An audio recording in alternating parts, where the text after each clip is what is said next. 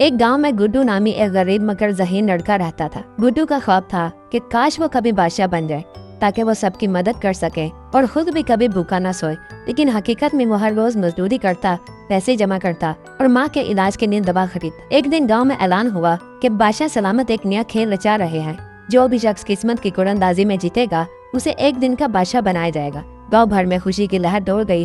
گڈو نے بھی قرآن میں اپنا نام ڈال دیا، حالانکہ دل ہی دل میں اسے یقین نہیں تھا کہ قسمت اس پر مہربان ہوگی۔ اگلے دن جب قرآن ہوئی، سب حیران رہ گئے کیونکہ قرآن میں گڈو کا نام نکلا تھا۔ لوگ ہنستے ہوئے بولے، ایک غریب مزدور بادشاہ! مگر بادشاہ نے وعدہ نبھایا اور گڈو کو شاہی محل بلایا۔ گڈو کو نہلایا دھلایا گیا، بادشاہوں جیسے کپڑے پہنائے گئے اور تخت پر بٹھایا گیا۔ محل کی ہر چیز اس کے حکم کی منتظر تھی۔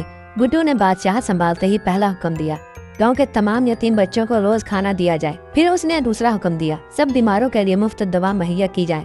تیسرے حکم میں اس نے مزدوروں کی اجرت دگنی کرنے کا اعلان کیا۔ درباری حیران تھے کیونکہ یہ بچہ صرف کھانے یا زیور کی خواہش نہیں کر رہا تھا بلکہ سب کے لیے کچھ کر رہا تھا۔